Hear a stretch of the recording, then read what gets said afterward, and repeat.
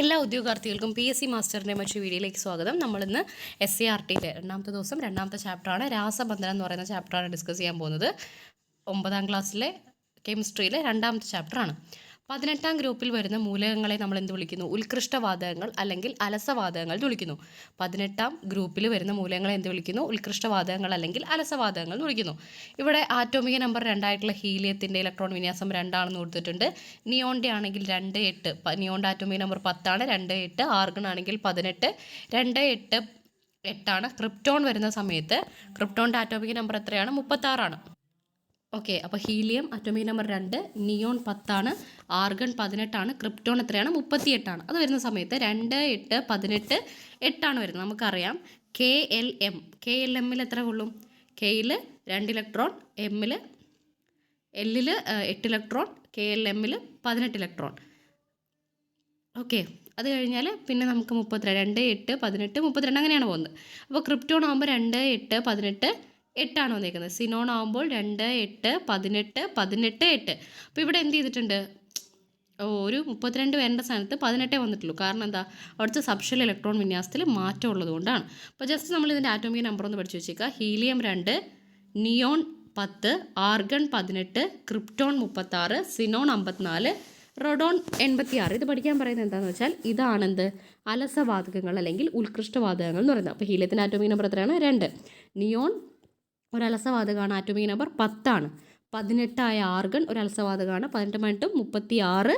Krypton ഒരു അലസവാതകമാണ്, 36 ആണ് krypton. 54 ആണ് സെനോൺ, 54 സെനോൺ. റഡോൺ 86. ഈ അലസവാതകങ്ങളുടെയൊക്കെ പ്രത്യേകത എന്താ? അവസാനത്തെ ഷെല്ല് എന്തായിരിക്കും? പൂരിതമായിരിക്കും. അതല്ലെങ്കിൽ ഹീലിയത്തിൽ 2 കൊള്ളാൻ പറ്റുള്ളൂ, അതുകൊണ്ട് 2 ആണ് അവസാനത്തെ ഷെല്ലിൻ്റെ ഇലക്ട്രോണിൻ്റെ എണ്ണം എന്ന് പറയുന്നത്. ബാക്കി എല്ലാ മൂലകങ്ങളുടെയും അവസാന ഷെല്ലിൽ 8 ഇലക്ട്രോൺ അല്ലെങ്കിൽ അവിടെ സ്ഥിരത കൈവരിച്ചിട്ടുണ്ട്. അതാണ് അതിനെ അലസവാതകങ്ങൾ അല്ലെങ്കിൽ ഉത്കൃഷ്ടവാതകങ്ങൾ എന്ന് പറയാനുള്ള മെയിനായിട്ടുള്ള കാരണം.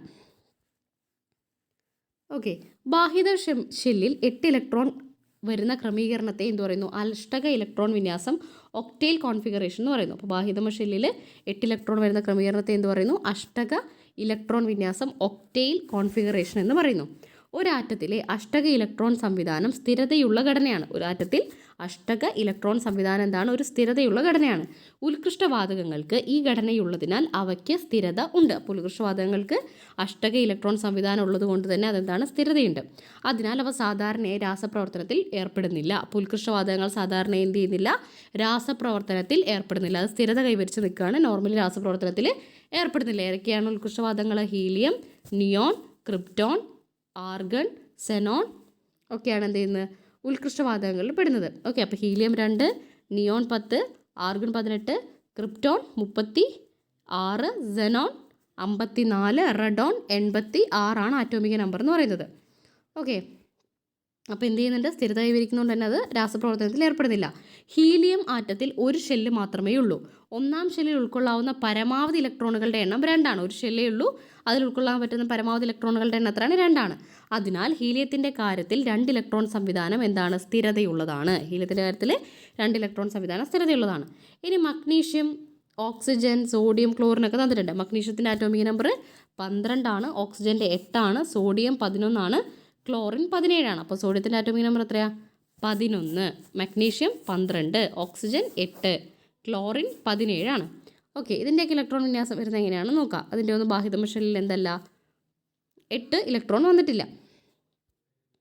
അപ്പോൾ എന്താണ് ചെയ്യുന്നത്? രാസപ്രവർത്തനത്തിലൂടെ, രാസബന്ധനത്തിലൂടെ ആറ്റങ്ങൾ ബാഹ്യതമ ഷെല്ലിൽ 8 ഇലക്ട്രോൺ ക്രമീകരണം നേടി സ്ഥിരത കൈവരിക്കുകയാണ് ചെയ്യുന്നത്. അതായത് നമ്മൾ നേരത്തെ പറഞ്ഞു ഹീലിയം, നിയോൺ ഒക്കെയാണ് എന്താണ്? ബാഹ്യതമ ഷെല്ലിൽ 8 ആണ്, അതുകൊണ്ട് അതിന് രാസപ്രവർത്തനത്തിൽ ഏർപ്പെടേണ്ട സ്ഥിരതയാണ്. ഇനി 8 ഇലക്ട്രോൺ ബാഹ്യതമ ഷെല്ലിൽ ഇല്ലാത്ത മൂലകങ്ങൾ എന്താണ് ചെയ്യുന്നത്? 8 ഇലക്ട്രോൺ കൈവരിച്ച് അത് സ്ഥിരത നേടുകയാണ് ചെയ്യുന്നത്. ഒരു തന്മാത്രയിൽ അതിലെ ആറ്റങ്ങളെ പരസ്പരം ചേർത്ത് നിർത്തുന്ന ബലത്തെയാണ് രാസബന്ധനം അല്ലെങ്കിൽ കെമിക്കൽ ബോണ്ട് എന്ന് പറയുന്നത്. എന്താണ് രാസബന്ധനം എന്ന് പറഞ്ഞാൽ? ഒരു തന്മാത്രയിലെ അതിലെ ആറ്റങ്ങളെ പരസ്പരം ചേർത്തു നിർത്തുന്ന ബലത്തെ, ഒരു തന്മാത്രയിലെ അതിലെ ആറ്റങ്ങളെ പരസ്പരം ചേർത്ത് നിർത്തുന്ന ബലത്തെ എന്ത് പറയുന്നു? രാസബന്ധനം എന്ന് പറയുന്നു. എന്താണ് ഇലക്ട്രോൺ ഡോട്ട് ഡയഗ്രാം? ഒരു മൂലകത്തിൻ്റെ പ്രതീകത്തിന് ചുറ്റും ഇലക്ട്രോണുകളെ കുത്തുകൾ ഉപയോഗിച്ച് ചിത്രീകരിക്കുന്ന രീതി ആദ്യമായി അവലംബിച്ച ശാസ്ത്രജ്ഞനാണ് ഗിൽബർട്ട് എൻ ലൂയിസ്. ആരാണ്? ഗിൽബർട്ട് എൻ ലൂയിസ് എന്ന അമേരിക്കൻ ശാസ്ത്രജ്ഞൻ. അപ്പോൾ ഗിൽബർട്ട് എൻ ലൂയിസ് അമേരിക്കൻ ശാസ്ത്രജ്ഞനാണ്. ഇലക്ട്രോൺ ഡോട്ട് ഡയഗ്രാം ആവിഷ്കരിച്ച ആരാണ്? ഗിൽബർട്ട് എൻ ലൂയിസ് ആണ്. അപ്പോൾ ഇലക്ട്രോൺ ഡോട്ട് ഡയഗ്രാം ആവിഷ്കരിച്ചത് ആരാണ്? ഗിൽബർട്ട് എൻ ലൂയിസ്, അമേരിക്കൻ ശാസ്ത്രജ്ഞനാണ്. കുത്തുകൾക്ക് പുറമെ ഗുണനചിഹ്നങ്ങളും ഉപയോഗിക്കാറുണ്ട്. മൂലകത്തിൻ്റെ പ്രതീകത്തിന് ചുറ്റും ബാഹ്യതമ ഷെല്ലിലെ ഇലക്ട്രോണുകളെ മാത്രമാണ് രേഖപ്പെടുത്തുന്നത്. അതായത് ഈ ഇലക്ട്രോൺ ഡോട്ട് ഡയഗ്രത്തിൽ എന്താ ചെയ്യുന്നത്? ബാഹ്യതമ ഷെല്ലിൽ എത്ര ഇലക്ട്രോൺ ഉണ്ടോ അതാണ് രേഖപ്പെടുത്തുന്നത്. കുത്തുകൾ മാത്രമല്ല എന്തും ചെയ്യുന്നുണ്ട്, ഗുണനചിഹ്നവും യൂസ് ചെയ്യാറുണ്ട്. അപ്പം ഇലക്ട്രോൺ ഡോട്ട് ഡയഗ്രം കണ്ടുപിടിച്ച ആരാണ്? Gilbert and Lewis. എവിടുത്തെ ശാസ്ത്രജ്ഞനാണ്? അമേരിക്കൻ രസതന്ത്രജ്ഞനാണ് ഗിൽബർട്ട് ആൻഡ് ലൂയിസ്. സോഡിയവും ക്ലോറിനും കൂടി ചേർന്ന് സോഡിയം ക്ലോറൈഡ് ഉണ്ടാകുന്നതിൻ്റെ ഒരു ഇലക്ട്രോൺ ഡോട്ട് ഡയഗ്രാണ് ഇവിടെ കൊടുത്തേക്കുന്നത്. എന്താ ചെയ്തേക്കുന്നത് ഇലക്ട്രോൺ ഡോട്ട് ഡയഗ്രത്തിൽ? സോഡിയത്തിൽ 2, 8, 1 അതിൻ്റെ ഇലക്ട്രോൺ വിന്യാസം എന്ന് പറയുന്നത്. അപ്പോൾ അതിൻ്റെ ബാഹ്യതമ ഷെല്ലിൽ ഒരു ഇലക്ട്രോണേ ഉള്ളൂ. അപ്പോൾ എണ്ണേൻ്റെ പുറത്ത് നമ്മൾ ഇലക്ട്രോൺ ഡോട്ട് ഡയഗ്രം പ്രകാരം ഏറ്റവും ബാഹ്യതമ ഷെല്ലിൽ ഇലക്ട്രോൺ മാത്രം മതി. അപ്പോൾ ഒരു ഇലക്ട്രോണേ ഉള്ളൂ. എന്നാൽ ഇവിടെ ക്ലോറിനാണെങ്കിൽ 7 ഇലക്ട്രോൺ ഉണ്ട്. അപ്പം ക്ലോറിന് ചുറ്റും നമ്മൾ 7 എണ്ണം ബാഹ്യതമ ഷെല്ലിൽ വരച്ചു. അപ്പോൾ അത് രണ്ടും കൂടി ചേർന്നിട്ട് ഇവിടെ ക്ലോറിന് സ്ഥിരത കൈവരിക്കാൻ ഒരു ഇലക്ട്രോണും സോഡിയത്തിന് സ്ഥിരത കൈവരിക്കാൻ ഒരു ഇലക്ട്രോൺ വിട്ടുകൊടുക്കുകയാണ് വേണ്ടത്. അപ്പോൾ ഇവിടെ എന്ത് ചെയ്യുന്നു? Na+ഉം ക്ലോറിൻ മൈനസും ആയിട്ട് മാറുന്നു. അതായത് സോഡിയം എന്ത് ചെയ്യുന്നു?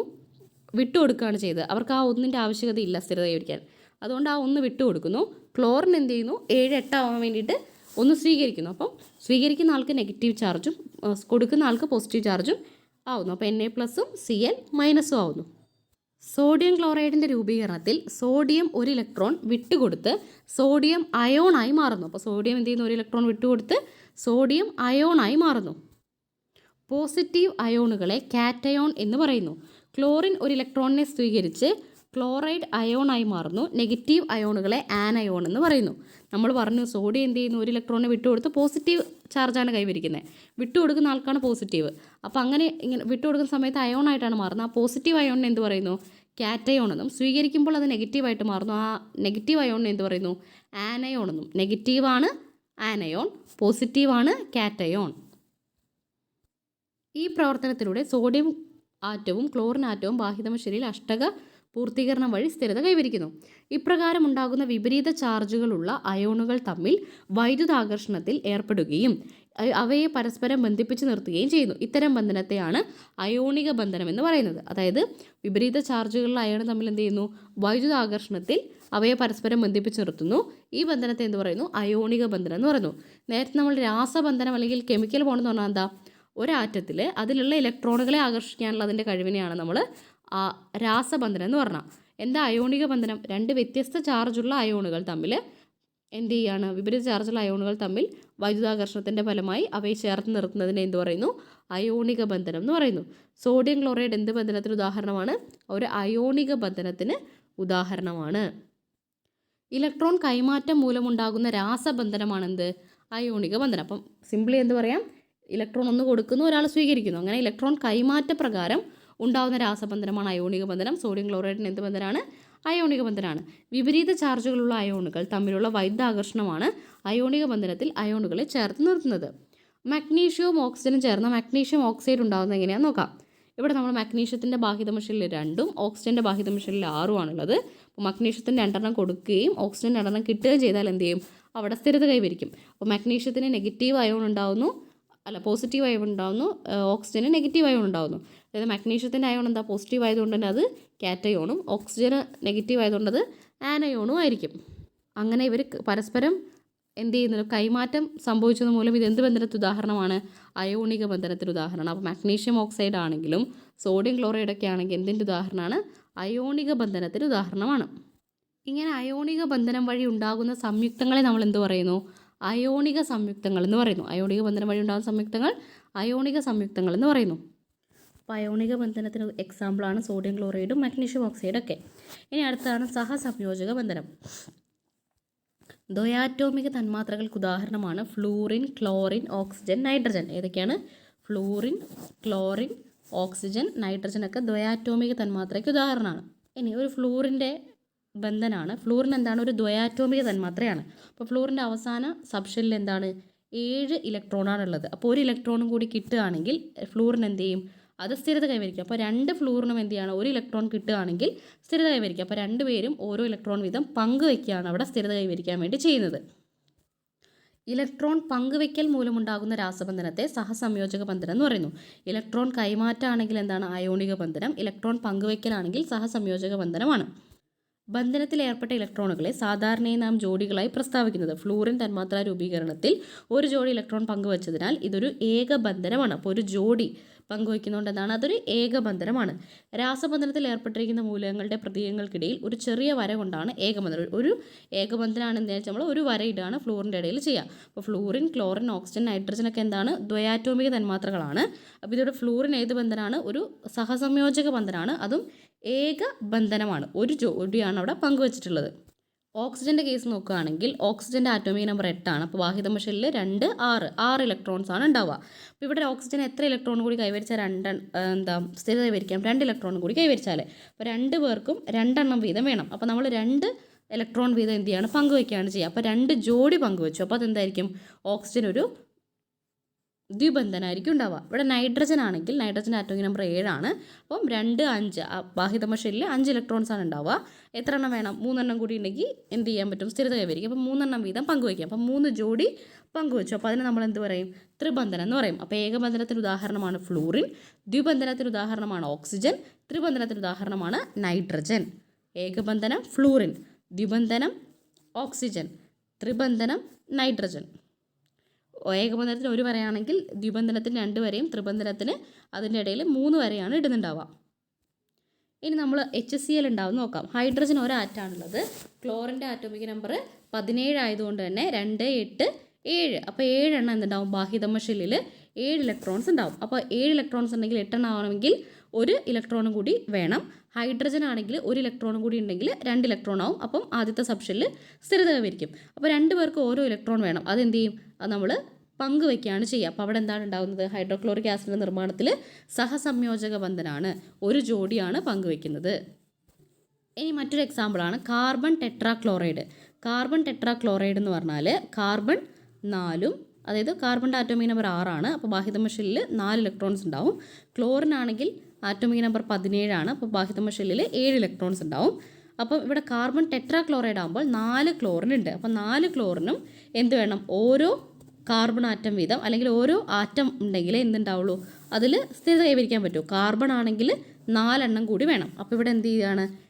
4 ക്ലോറിൻ ആറ്റം ഒരു കാർബൺ ആറ്റവുമായി സഹസംയോജക ബന്ധനത്തിൽ ഏർപ്പെടുകയാണ് ചെയ്തത്. അപ്പോൾ ഇതെന്താണ്? കാർബൺ ടെട്രാക്ലോറൈഡ് ഒരു സഹസംയോജക ബന്ധനത്തിന് ഉദാഹരണമാണ്. അപ്പോൾ ഹൈഡ്രോക്ലോറിക് ആസിഡും കാർബൺ ടെട്രാക്ലോറൈഡൊക്കെ എന്തിനു ഉദാഹരണമാണ്? സഹസംയോജക ബന്ധനം. നമ്മൾ അയോണിക ബന്ധനത്തിന് ഉദാഹരണം ഏതൊക്കെയാണെന്ന് പറഞ്ഞേ? സോഡിയം ക്ലോറൈഡും മഗ്നീഷ്യം ഓക്സൈഡൊക്കെ അയോണിക ബന്ധനത്തിന് ഉദാഹരണമാണ്. അയോണിക ബന്ധനം വഴി ഉണ്ടാകുന്ന സംയുക്തങ്ങളെ അയോണിക സംയുക്തങ്ങൾ നമ്മൾ പറഞ്ഞു. അപ്പോൾ സഹസംയോജക ബന്ധനം വഴി ഉണ്ടാകുന്ന സംയുക്തങ്ങൾ എന്തായിരിക്കും? സഹസംയോജക സംയുക്തങ്ങൾ എന്ന് വിളിക്കാം. അലോഹ മൂലകങ്ങൾ തമ്മിൽ സംയോജിക്കുമ്പോൾ സാധാരണയായി സഹസംയോജക സംയുക്തങ്ങളാണ് ഉണ്ടാകുന്നത്. അപ്പം സ്റ്റേറ്റ്മെൻറ്റ് വൈസ് ചോദിക്കാം. അലോഹ മൂലകങ്ങൾ തമ്മിൽ സംയോജിക്കുമ്പം, ലോഹമല്ല, അലോഹ മൂലകങ്ങൾ തമ്മിൽ സംയോജിക്കുമ്പോൾ സാധാരണ എന്തും സഹസംയോജക സംയുക്തങ്ങളാണ് ഉണ്ടാവുന്നത്. അലോഹ മൂലകങ്ങൾ സംയോജിക്കുമ്പോൾ എന്താ ഉണ്ടാവുന്നത്? സഹസംയോജക സംയുക്തങ്ങൾ. മീഥെയ്ൻ ആണെങ്കിലും ഹൈഡ്രജൻ ഫ്ലൂറൈഡ് ആണെങ്കിലും ജലമൊക്കെ ആണെങ്കിൽ എന്താണ്? സഹസംയോജക ബന്ധനങ്ങളാണ്. അപ്പോൾ നമ്മുടെ സഹസംയോജക ബന്ധനത്തിൻ്റെ എക്സാമ്പിൾ എന്തൊക്കെയാണ് പറഞ്ഞതെന്ന് വെച്ചാൽ കാർബൺ ടെട്രാക്ലോറൈഡ്, HCl, അതുപോലെ തന്നെ ഹൈഡ്രജൻ ഫ്ലൂറൈഡ്, ജലം, മീഥെയ്നൊക്കെ എന്താണ്? സഹസംയോജക ബന്ധനം. എന്നാൽ അയോണിക ബന്ധനത്തിന് നമ്മുടെ എക്സാമ്പിൾ എന്തൊക്കെയാണ് പറഞ്ഞത്? സോഡിയം ക്ലോറൈഡും അതുപോലെ തന്നെ ഏതായിരുന്നു പറഞ്ഞത്? മഗ്നീഷ്യം ഓക്സൈഡും ആണ്. ഇനി ഇലക്ട്രോനെഗറ്റിവിറ്റി. എന്താണ് ഇലക്ട്രോനെഗറ്റിവിറ്റി? സഹസംയോജന ബന്ധനത്തിൽ ഏർപ്പെട്ട 2 ആറ്റങ്ങൾക്കിടയിൽ പങ്കുവച്ച ഇലക്ട്രോൺ ജോഡികളെ ആകർഷിക്കാനുള്ള അതത് ആറ്റത്തിൻ്റെ കഴിവാണ് ഇലക്ട്രോനെഗറ്റിവിറ്റി. സഹസംയോജക ബന്ധനത്തിൽ ഏർപ്പെട്ട ആറ്റങ്ങൾക്കിടയിൽ പങ്കുവച്ച ഇലക്ട്രോണിനെ ആകർഷിക്കാനുള്ള അതത് ആറ്റത്തിൻ്റെ കഴിവ്. അപ്പം നമ്മൾ സഹസംയോജക ബന്ധനത്തിൽ ഇലക്ട്രോണുകൾ പങ്കുവച്ചു. അപ്പോൾ ആ പങ്കുവച്ച ആറ്റത്തിനെ ആകർഷിക്കാനുള്ള അതത് ആറ്റത്തിൻ്റെ കഴിവിനെ ഇലക്ട്രോനെഗറ്റിവിറ്റി എന്ന് പറയുന്നു. ഇലക്ട്രോനെഗറ്റിവിറ്റി സ്കെയിൽ ഉപയോഗിച്ചാണ് നമ്മൾ ഇലക്ട്രോനെഗറ്റിവിറ്റി താരതമ്യം ചെയ്യാം. ഇലക്ട്രോനെഗറ്റിവിറ്റി സ്കെയിൽ ആവിഷ്കരിച്ചത് ലീനസ് പോളിംഗ് ആണ്. നേരത്തെ നമ്മൾ പറഞ്ഞു ഇലക്ട്രോൺ ഡോട്ട് ഡയഗ്രാം ആവിഷ്കരിച്ചത് ആരാണ്? ഗിൽബർട്ട് ആൻഡ് ലൂയിസ് എന്ന് പറയുന്ന അമേരിക്കൻ ശാസ്ത്രജ്ഞനാണെന്ന് പറഞ്ഞു. ഇവിടെ ഇലക്ട്രോനെഗറ്റിവിറ്റി സ്കെയിൽ ആവിഷ്കരിച്ചത് ലീനസ് പോളിംഗ് എന്ന അമേരിക്കൻ ശാസ്ത്രജ്ഞൻ ആണ്. ഓക്കെ, ഇലക്ട്രോനെഗറ്റിവിറ്റി സ്കെയിലിൽ ഏറ്റവും പ്രചാരത്തിലുള്ള ഒരു സ്കെയിലാണ്. ഈ ഇലക്ട്രോനെഗറ്റിവിറ്റി സ്കെയിൽ എന്ന് പറയുന്നത് ഒരു ആപേക്ഷിക സ്കെയിലാണ്. 0നും 4നും ഇടയിലുള്ള സംഖ്യകളാണ് ഇതിൽ കൊടുത്തിരിക്കുന്നത്. അപ്പം ഇലക്ട്രോനെഗറ്റിവിറ്റി സ്കെയിലിലെ വാല്യൂ എത്രയാണ്? 0നും 4നും ഇടയിലാണ് ഉണ്ടാവുക. ഇലക്ട്രോനെഗറ്റിവിറ്റി വിലകളിൽ ഈ സ്കെയിലിൽ ഇലക്ട്രോനെഗറ്റിവിറ്റി ഏറ്റവും കൂടിയ മൂലകം ഏതാണ്? ഫ്ലൂറിനാണ്. ഏറ്റവും ഇലക്ട്രോനെഗറ്റിവിറ്റി കൂടുതൽ ഫ്ലൂറിനാണ്. ഈ ഒരു ചാർട്ടിൽ ഏറ്റവും റൈറ്റ് സൈഡിൽ ടോപ്പിലായിട്ട് കാണുന്ന ആളാണ് ഫ്ലൂറിൻ. ഫ്ലൂറിൻ്റെ ഇലക്ട്രോനെഗറ്റിവിറ്റി എത്രയാണ്? 3.98 ആണ്. 0 to 4 ആണ് ഇലക്ട്രോനെഗറ്റിവിറ്റി സ്കെയിലിലെ വാല്യൂ നമ്മളപ്പോൾ 4ൻ്റെ ഏറ്റവും നിയർ ആയിട്ട് എത്ര 3.98 ആണ് എന്ത് ഫ്ലൂറിൻ്റെ ഇലക്ട്രോനെഗറ്റിവിറ്റി. അപ്പോൾ ഇലക്ട്രോനെഗറ്റിവിറ്റി ഏറ്റവും കൂടുതൽ ഏതിനാണ്? ഫ്ലൂറിനാണ്. ഇനി ഒരു സംയുക്തത്തിലെ ഘടകമൂലകങ്ങളുടെ ഇലക്ട്രോനെഗറ്റിവിറ്റി വിലകൾ തമ്മിലുള്ള സംയുക്തത്തിലെ ഘടകമൂലകങ്ങളുടെ ഇലക്ട്രോനെഗറ്റിവിറ്റി വിലകൾ തമ്മിലുള്ള വ്യത്യാസം 1.7 അതിൽ കൂടുതലോ ആണെങ്കിൽ 1.7 അല്ലെങ്കിൽ അതിൽ കൂടുതലാണെങ്കിൽ എന്താണ്? അയോണിക സ്വഭാവം. അയോണിക സ്വഭാവം നമ്മൾ എന്താ പറഞ്ഞത്? നമ്മൾ കൈമാറ്റം ചെയ്തിട്ടാണ് അയോണിക ബന്ധനം ഉണ്ടാക്കുന്നത് അല്ലേ? അപ്പോൾ അയോണിക സ്വഭാവവും 1.7 കൂടുതലാണെങ്കിൽ അയോണിക സ്വഭാവവും 1.7 കുറവാണെങ്കിൽ സഹസംയോജക സ്വഭാവവുമായിരിക്കും. അപ്പം ഒരു സംയുക്തത്തിലെ ഘടകമൂലകങ്ങളുടെ ഇലക്ട്രോനെഗറ്റിവിറ്റി വിലകൾ തമ്മിലുള്ള വ്യത്യാസം 1.7 കൂടുതലാണെങ്കിൽ എന്താണ്? അയോണിക സ്വഭാവം. അയോണിക സ്വഭാവം. 1.7 കുറവാണെങ്കിൽ എന്താണ്? സഹസംയോജക സ്വഭാവവും ആയിരിക്കും. അപ്പോൾ നമുക്ക് ഇലക്ട്രോനെഗറ്റിവിറ്റി വിലകൾ തന്നു കഴിഞ്ഞാൽ അത് അയോണിക സ്വഭാവമാണോ സഹസംയോജക സ്വഭാവമാണോ എന്ന് കണ്ടുപിടിക്കാൻ വേണ്ടി പറ്റുന്നതായിരിക്കും. ഇവിടെ കാർബൺ മോണോക്സൈഡ്, കാർബണിൻ്റെ ഇലക്ട്രോനെഗറ്റിവിറ്റി 3.44ഉം ഓക്സിജൻ്റെ 2.55 ആണ്. അപ്പോൾ അത് കുറയ്ക്കുന്ന സമയത്ത് നമുക്ക് 0.89 കിട്ടി. ആ 0.89 എന്ന് പറഞ്ഞാൽ എന്താ? 1.7നേക്കാൾ താഴെയാണ്. അപ്പോൾ അതെന്താ? കാർബൺ മോണോക്സൈഡ് ഒരു സഹസംയോജക ബന്ധനമാണ്. അതേപോലെ സോഡിയം ക്ലോറൈഡിൻ്റെയും മീഥെയിൻ്റെയും മഗ്നീഷ്യത്തിൻ്റെയും സോഡിയം ഓക്സൈഡിൻ്റെയും ഒക്കെ കണ്ടുപിടിക്കാൻ പറ്റും. അപ്പോൾ ഇവിടെ പറഞ്ഞിട്ടുണ്ട്. ഇവിടെ ഏതിൻ്റെയൊക്കെയാണ് സഹസംയോജക ബന്ധനം? നമ്മൾ നേരത്തെ പറഞ്ഞ മീഥെയിൻ്റെയും സഹസംയോജക ബന്ധനമാണ്, കാർബൺ മോണോക്സൈഡിൻ്റെയും സഹസംയോജക ബന്ധനമാണ്. ബാക്കി സോഡിയം ക്ലോറൈഡ്, മഗ്നീഷ്യം ക്ലോറൈഡും സോഡിയം ഓക്സൈഡൊക്കെ എന്താണ്? അയോണിക ബന്ധനമാണ്. 1.7 കുറവാണെങ്കിൽ ഇലക്ട്രോനെഗറ്റിവിറ്റി വിലകൾ തമ്മിലുള്ള വ്യത്യാസം 1.7 കുറവാണെങ്കിൽ അത് സഹസംയോജക ബന്ധനം, കൂടുതലാണെങ്കിൽ അത് അയോണിക ബന്ധനമാണ്. പോളാർ സ്വഭാവം. ദ്വയാറ്റോമിക മൂലക തന്മാത്രകളിലെ 2 ആറ്റങ്ങൾക്കും ഇലക്ട്രോനെഗറ്റിവിറ്റി തുല്യമായതിനാൽ പങ്കുവയ്ക്കുന്ന ഇലക്ട്രോൺ ജോഡിയെ അവ തുല്യമായി ആകർഷിക്കുന്നു. ഇതാണ് പോളാർ സ്വഭാവം. ദ്വയാറ്റോമിക മൂലകങ്ങളാണ് ഇതൊക്കെ? ഹൈഡ്രജൻ, ഫ്ലൂറിൻ, ഓക്സിജൻ, നൈട്രജൻ എന്നൊക്കെ നമ്മൾ പറഞ്ഞായിരുന്നു. അങ്ങനെ ദ്വയാറ്റോമിക മൂലക തന്മാത്രകളിലെ ആറ്റങ്ങൾക്കും ആറ്റങ്ങൾക്ക് എന്താണ്? ഇലക്ട്രോനെഗറ്റിവിറ്റി തുല്യമായതിനാൽ പങ്കുവയ്ക്കപ്പെടുന്ന ഇലക്ട്രോൺ ജോഡിയെ അവ തുല്യമായിട്ട് എന്ത് ചെയ്യും? ആകർഷിക്കും. അങ്ങനെ ഉള്ള ആറ്റങ്ങളാണ് ഇതൊക്കെ? ഹൈഡ്രജനും നൈട്രജനൊക്കെ. എന്നാൽ സംയുക്ത തന്മാത്രകളിൽ എന്തല്ല? ഇങ്ങനെയല്ല. എന്താണ് പോളാർ തന്മാത്ര? ജലം ഒരു പോളാർ തന്മാത്രയാണ്. ജലം എന്താണ്? ഒരു പോളാർ തന്മാത്രയാണ്. ജലത്തിൻ്റെ വിഭിന്ന സവിശേഷതകൾക്ക് അടിസ്ഥാനം അതിൻ്റെ പോളാർ സ്വഭാവമാണ്. അപ്പോൾ ജലത്തിൻ്റെ വിഭിന്ന സവിശേഷതകൾക്ക് അടിസ്ഥാനം എന്താണ്? അതിൻ്റെ പോളാർ സ്വഭാവമാണ്.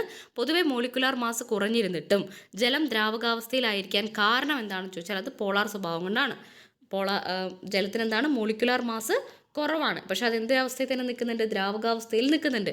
കാരണം എന്താണ്? അതിൻ്റെ പോളാർ സ്വഭാവം ആണ്.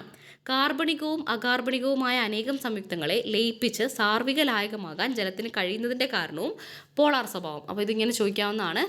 മോളിക്കുലർ മാസ് കുറഞ്ഞിരുന്നിട്ടും ജലം ദ്രാവകാവസ്ഥയിൽ തുടരാനുള്ള കാരണം എന്താണ്? അത് പോളാർ സ്വഭാവമായതുകൊണ്ടും പിന്നെന്താ?